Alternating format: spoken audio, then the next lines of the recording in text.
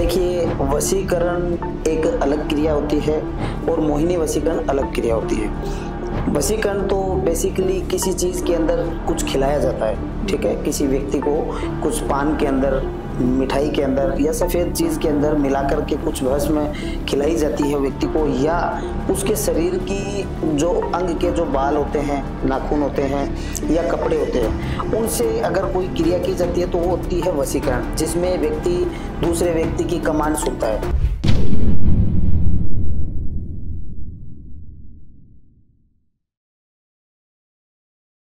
Hello दोस्तों, welcome to TVT podcast. आज हमारे साथ में राकेश गौर जी हैं, एस्ट्रोलॉजर। आइए उनसे मिलते हैं। हेलो राकेश जी। हेलो दोस्तों, आज मैं आपको रिलेशनशिप के बारे में बताने वाला हूँ, तो आप शुरू से लेकर एंड तक बने रहे और पूरा पॉडकास्ट देखें। उच्चाटन, मोहिनी वशीकरण और वशीकरण, ये क्या है और इनमें क्या फर्क है?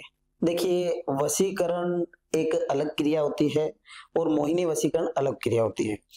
वशीकरण तो बेसिकली किसी चीज के अंदर कुछ खिलाया जाता है, ठीक है? किसी व्यक्ति को कुछ पान के अंदर, मिठाई के अंदर या सफेद चीज के अंदर मिलाकर के कुछ भस्म खिलाई जाती है व्यक्ति को, या उसके शरीर की जो अंग के जो बाल होते हैं, नाखून होते हैं या कपड़े होते हैं, उनसे अगर कोई क्रिया की जाती है तो वो होती है वशीकरण, जिसमें व्यक्ति दूसरे व्यक्ति की कमांड सुनता है, ठीक है? वो उसी का कहना मानता है, ठीक है? और मोहिनी वशीकरण जो होता है वो मोहित करने के लिए होता है। मोहिनी वशीकरण, जैसे कि वशीकरण से अलग प्रोसेस है, अलग क्रिया है। मोहिनी वशीकरण एक व्यक्ति से नजर मिला करके, जैसे हिप्नोटाइज बोलते हैं, तो उसे भी मोहिनी के अंदर ही वो चीज आती है। दूसरी चीज की, जैसे एक दो व्यक्ति आमने सामने जैसे बैठे हैं, ठीक है? अगर उनके आमने सामने की जो ओरा कनेक्ट हो जाता है, उनका कुंडलियां चक्र कनेक्ट हो जाते हैं, तो उससे भी वशीकरण होता है। आपने देखा होगा कि बड़े बड़े जो लोग हैं वो एक दूसरे से थोड़ा सा तिरछा होकर के बैठते हैं, स्ट्रेट नहीं बैठते हैं, तो वो उसी के लिए उनको गाइड किया जाता है उनके गुरुओं के द्वारा कि किसी के भी समक्ष आपको सीधा नहीं बैठना है, आपको थोड़ा सा है वो घूम करके बैठना है, जैसे कि हम लोग बैठे हैं, ठीक है? तो वो क्या है कि एक ओरा और चक्र कनेक्ट नहीं होते हैं। जब तक वो चक्र कनेक्ट हो जाते हैं तो वो फिर अधीन हो जाता है व्यक्ति, फिर वो उसकी बात मानने लग जाएगा, वो जैसा बोलेगा वैसा करने लग जाएगा। जब तक वो सामने रहेगा तब तक उसकी बात माननी पड़ेगी। वो चीज होती है, वो होती है मोहिनी वशीकरण, ठीक है? अब आपने जैसे पूछा कि उच्चाटन, देखिए उच्चाटन एक ऐसी तंत्र क्रिया है, उच्चाटन, कि जिसमें व्यक्ति को व्यक्ति का जो दिमाग होता है उसको उच्चाटन कर दिया जाता है। उच्चाटन से मतलब कि उजाड़ दिया जाता है उसको। अगर किसी राह चलते व्यक्ति को जैसे राह भटक जाता है, वैसे होता है कि अगर कोई व्यक्ति बिजनेस कर रहा है, ठीक है, तो उसके ऊपर अगर उच्चाटन क्रिया हो गई तो वो बिजनेस के अंदर उसका मन नहीं लगेगा, वो उससे खींचने लग जाएगा। परिवार के अंदर पत्नी के साथ में संबंध है वो बिगड़ने लग जाएंगे, झगड़ा होने लग जाएगा, एक दूसरे से अलग होने लग जाएंगे, ठीक है?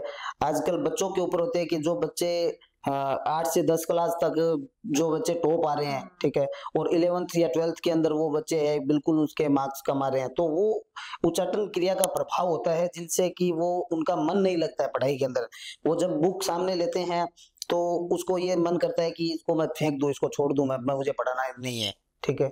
घर के अंदर है, माता पिता से झगड़ा वगैरह होने लग जाता है, ठीक है? ऐसी स्थिति में जो उच्चाटन क्रिया है वो मतलब कि व्यक्ति को उजाड़ देती है, ना तो उसको व्यापार के अंदर उसका मन नहीं लगता है, ना किसी चीज के अंदर उसका मन नहीं लगता। अभी अहमदाबाद से मेरे पास एक कॉल आया था, ठीक है, तो उनके कपड़े का काम है, जो जींस वगैरह जो बनती है रेडीमेड, उनका काम है, और उनके घर के अंदर वो मतलब कि बच्चे पढ़ाई कर रहे हैं अच्छे से, और अचानक उनके मतलब कि पढ़ाई के अंदर बिल्कुल परिवर्तन आ गया कि जो टेस्ट वगैरह जो चलते हैं उनमें बिल्कुल 0 मार्क्स आ रहे थे उनके, और ना वो पढ़ रहे हैं। उनको बोला जा रहा है कि आप पढ़ाई करो, तो वो बोलते हैं हमारा मन नहीं लगता है पढ़ने के लिए। तो उनका जैसे संपर्क हमसे हुआ था, तो उनको हमने ठीक किया था कि भाई उसके ऊपर जो उच्चाटन क्रिया हुई थी उसका रिमूवल हमने किया, और वो बच्चे अब एकदम नॉर्मल अच्छे से पढ़ रहे हैं और सारा काम है वो कर रहे हैं अच्छे से। तो उच्चाटन क्रिया भी एक बहुत ही तंत्र के अंदर बहुत गहरी चीज है, इसे भी नॉर्मल नहीं मानते, लेकिन बहुत कम लोग इसके बारे में जानते हैं, ठीक है, कि उच्चाटन लोग सिर्फ वशीकरण तंत्र पे चीजें चलते हैं, लेकिन उच्चाटन क्रिया है उससे माइंड पूरा व्यक्ति का अलग हो जाता है किसी चीज के अंदर वो। तो ये कैसे होता है उच्चाटन? ये उच्चाटन क्रिया व्यक्ति के नाम और तस्वीर से भी कर सकते हैं। अच्छा। ठीक है, और पैर के जो निशान होते हैं, ठीक है, अगर उनकी धूल से है उनसे भी वो क्रिया हो सकती है। और उनके अलावा भी सीधा हम अगर मंत्रों के द्वारा उसको किया जाए, व्यक्ति का अगर नाम पता है तो उसके ऊपर भी उच्चाटन क्रिया हो सकती है। कोई जरूरी नहीं होता है कि बचा जा सकता है खिलाने की चीजें हो। देखो, बचने के लिए तो यही है कि प्रोटेक्शन जरूरी है इन चीजों के लिए, क्योंकि हर चीज खिलाने वाली चीजों से तो बच सकते हैं, लेकिन कोई भारी तंत्र अगर कोई मंत्रों के द्वारा कोई चीज अगर आ रही है तो उनको तो ना तो हम देख सकते हैं ना सुन सकते हैं, तो उन चीजों का आभास नहीं होता है। तो उन चीजों के लिए एक प्रोटेक्शन आवश्यकता होती है। प्रोटेक्शन की कि घर में प्रोटेक्शन करवाया जाए या खुद भी प्रोटेक्ट करके कुछ ऐसे क्रिस्टल पहने जाए जो एनर्जी को वापस भेज सके। ठीक है, तो वो मैं चाहूंगा कि लोग अपने दर्शकों से कि जो क्रिस्टल एनर्जी को छोड़ते हैं वापस, ठीक है, जो एनर्जी से दूर रखते हैं, उन क्रिस्टलों का आप प्रयोग करें, जिनसे भी मतलब कि इन चीजों से बचा जा सकता है। या ऐसी जरूरी है जी, या ऐसी स्थिति हो कि ऐसा लग रहा है कि भी मेरा मन नहीं लग रहा है या मुझे आभास हो रहा है कि जो चीज होनी चाहिए वो नहीं हो रही है और जो मैं नहीं चाह रहा हूँ वो चीजें हो रही है, तो तुरंत वो चीज चेक करवाए कि भी ऐसी स्थिति क्यों हो रही है। क्योंकि जब तंत्र पुराना जितना होगा, जैसे जैसे चीजें पुरानी होगी उसका प्रभाव भी बढ़ता है। तंत्र एक उल्टा चलता है तंत्र, कि अगर जैसे कोई चीज को अपन ने ध्यान नहीं दिया, 12 महीने बीत गए, तो फिर उसको तोड़ना भी मुश्किल हो जाता है जितना वो पुराना होता है। ऐसा है, तंत्र कई प्रकार के तंत्र होते हैं। अगर तंत्र किसी टाइमिंग के अंदर किया हुआ हो कि भी इसको नॉर्मली पावर से अगर काम किया हुआ हो, जो 6 महीने 12 महीने उसको परेशान करेगा फिर हट जाएगा।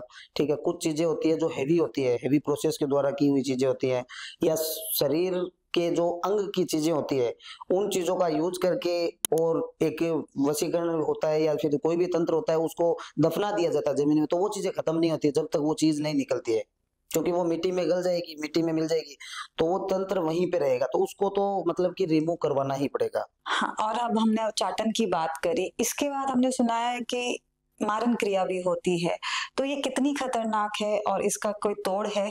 देखिए, मारन क्रिया एक बहुत ही खतरनाक क्रिया होती है और ये तंत्र के अंदर अंतिम क्रिया होती है। ठीक है, मारन का अर्थ, जैसे लोगों ने एक दिमाग में एक भ्रांतियां होती है कि इंसान को मार दिया जाए। ठीक है, ये मारन क्रिया का मतलब मारना नहीं होता है। मारन क्रिया एक ऐसी क्रिया है जो जिस व्यक्ति के ऊपर अगर कर दी जाती है तो उसके शरीर के अंदर धीरे धीरे चेंजेस आते हैं। ठीक है, धीरे धीरे बदलाव आते हैं शरीर के अंदर, और जो ग्रोथ करनी होती है शरीर को वो ना करके वो शरीर उसका डाउन होने लग जाता है।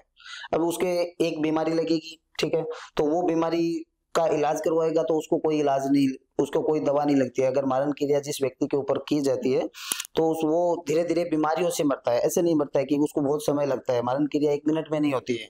मारन क्रिया का करने में भी समय लगता है करने वाले को, और उसको तोड़ेंगे तो भी उसके अंदर थोड़ा बहुत समय लगता है।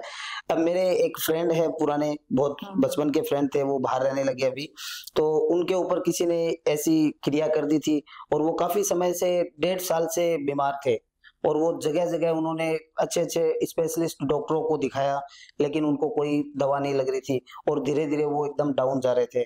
उन्होंने बोला कि यार ऐसी बात है, आप एक बार देखो कोई ऐसी चीज हो तो वहां मैं खुद गया था वहां पे, और मैंने जाकर के उनकी स्थिति देखी तो मुझे पता चला कि इसके ऊपर मारन क्रिया की गई है।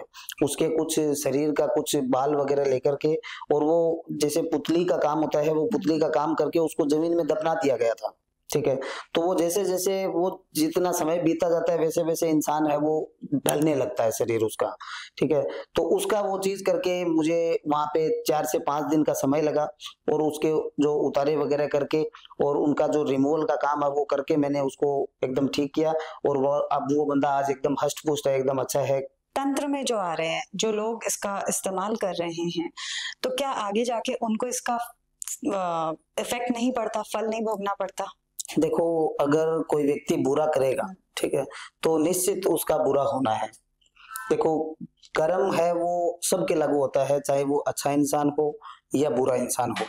ये नहीं है कि आज जो बुरा कर रहा है वो सुखी है, क्योंकि आज के युग में बहुत से कॉल्स आते हैं जो बोलते हैं कि जो इंसान हमेशा बुरा ही कर रहा है, ठीक है, और वो अच्छे से जी रहा है, उसका जीवन अच्छे से हो रहा है, तो ये सब बोलते, ये चीज अलग होती है। क्योंकि देखो, कर्म कोई जरूरी नहीं होता कि उसको उसी दिन उसका नुकसान भोगना पड़े, लेकिन जो गलत कर रहा है उसका एक दिन पाप का घड़ा भरेगा, और जिस दिन भरेगा उस दिन ये समझ लो कि उसका अंत स्टार्ट हो जाता है, और उसको मतलब कि वो चीज है वो भोगनी ही पड़ेगी। और मैं टीवीटी पॉडकास्ट में अपने दर्शकों को यही बताना चाहूंगा कि किसी व्यक्ति के ऊपर गलत ना करें, क्योंकि मैं कोई तांत्रिक तो हूं नहीं, ठीक है, लेकिन मैं इन ऐसी चीजों को मैंने काफी उतारा है लोगों के ऊपर से, जो तंत्र किए हुए हैं, वशीकरण किए हुए हैं, या रिलेशनशिप, लोगों के बहुत से ऐसे रिलेशनशिप है जो मैंने बचाए हैं, ठीक है।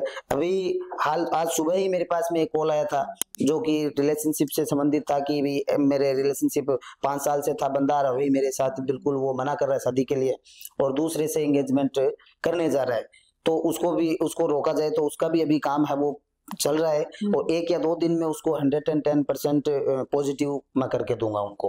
हेलो दोस्तों, आपको ये पॉडकास्ट अच्छा लगा, और अगर आपको कुछ जानकारी चाहिए तो दिए गए नंबर पे कॉल करके आप कनेक्ट कर सकते हो। धन्यवाद।